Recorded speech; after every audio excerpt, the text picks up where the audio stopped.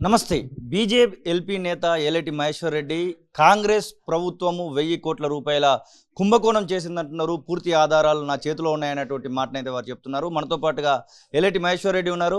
Sir నమస్తే. మీరు ఒక పెద్ద ఆరోపణ చేస్తూ ఉన్నారు. 1000 కోట్ల రూపాయల కుంభకోణం జరిగిందని ఆరోపిస్తున్నటువంటి సందర్భం అయితే కనబడుతూ ఉంది. అసలు ఏ విషయంలో కుంభకోణం జరిగింది, దానికి సంబంధించినటువంటి ఆధారాలు మీ దగ్గర ఉన్నాయా? చూడు, ఇప్పటివరకు అదే చెప్పాను నేను.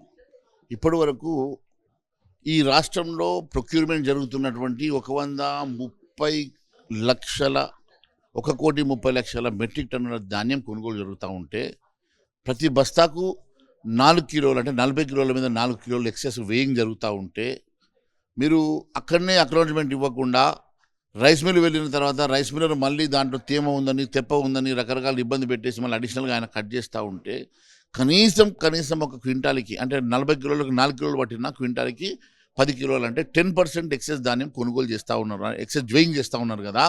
మరి ఎక్సెస్ వేయింగ్ చేసేటువంటి ఆ ధాన్యం డబ్బులు ఎవరి ఖాతాలకు వెళ్తూ ఉన్నాయి, ఆ డబ్బులు ఎవరు తీసుకుంటా ఉన్నారు అని అడుగుతూ ఉన్నాను.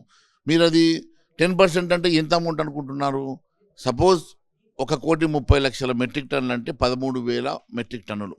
13,000 మెట్రిక్ టన్నులు అంటే దాదాపుగా 2,000 పట్టినా కూడా 1,600 కోట్ల రూపాయలు.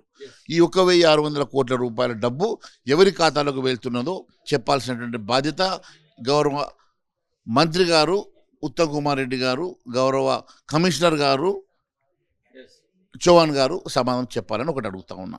రెండవది, మీరు గత 3-4 సంవత్సరాల నుంచి మీరు ప్యాడీ పంపిస్తూ ఉన్నారు. మరి వాళ్ళు కస్టమైజ్డ్ రైస్ చేసేసి ఆ కస్టమైజ్డ్ మిల్లింగ్ చేసినటువంటి రైస్ని సిఎంఆర్ని మీరు రిటర్న్ ఈ ప్రభుత్వానికి ఇస్తే ఈ ప్రభుత్వం సివిల్ సప్లైస్ ద్వారా కానీ లేకుంటే మరి వాళ్ళు సప్లై చేసుకోవడానికి కానీ రిటర్న్ రావాలి కదా.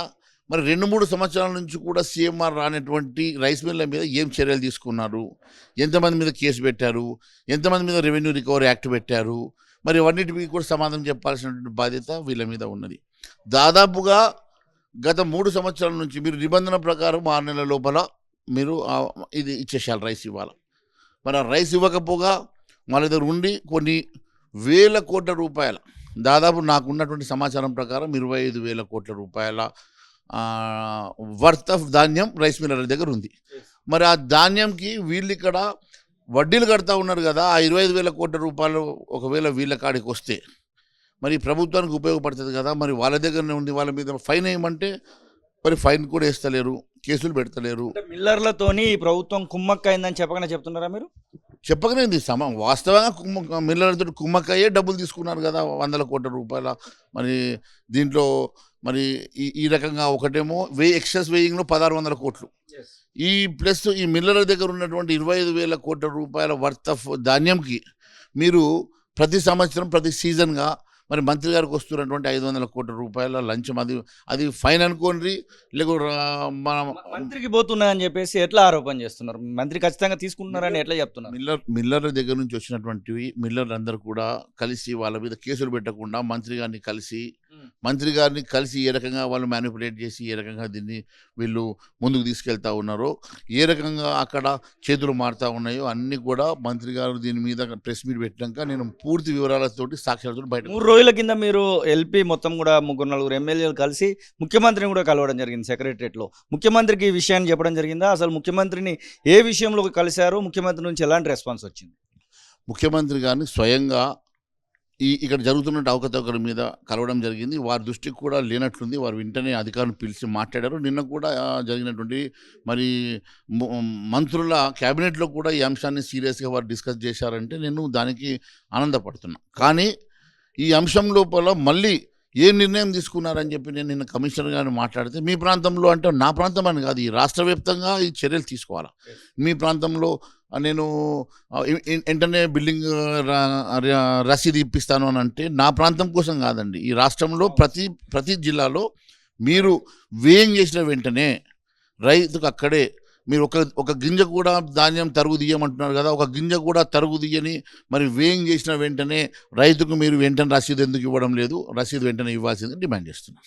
500 రూపాయలకే వాళ్ళు కట్టుబడుతున్నాము, 500 రూపాయల బోనస్ అనేది సన్నవడ్ల వరకే అని చెప్పేసి నిన్నటి నుంచి మనకు వినబడతా ఉంది. నిన్న వాళ్ళు కూడా అదే ఫైనల్ చేయడం జరిగింది. కొద్దిసేపటి క్రితం బట్టి విక్రమార్క మాత్రం దీంతో మొదలు పెడుతున్నామని చెప్పేసి దాన్ని కవర్ చేసేటువంటి ప్రయత్నం చేస్తున్నారు. ఈ విషయంలో బీజేపీ ఎలాంటి కార్యాచరణ తీసుకోబోతుంది? బట్టి విక్రమార్క ఎప్పుడు దున్నలేదు దుక్కలేదు.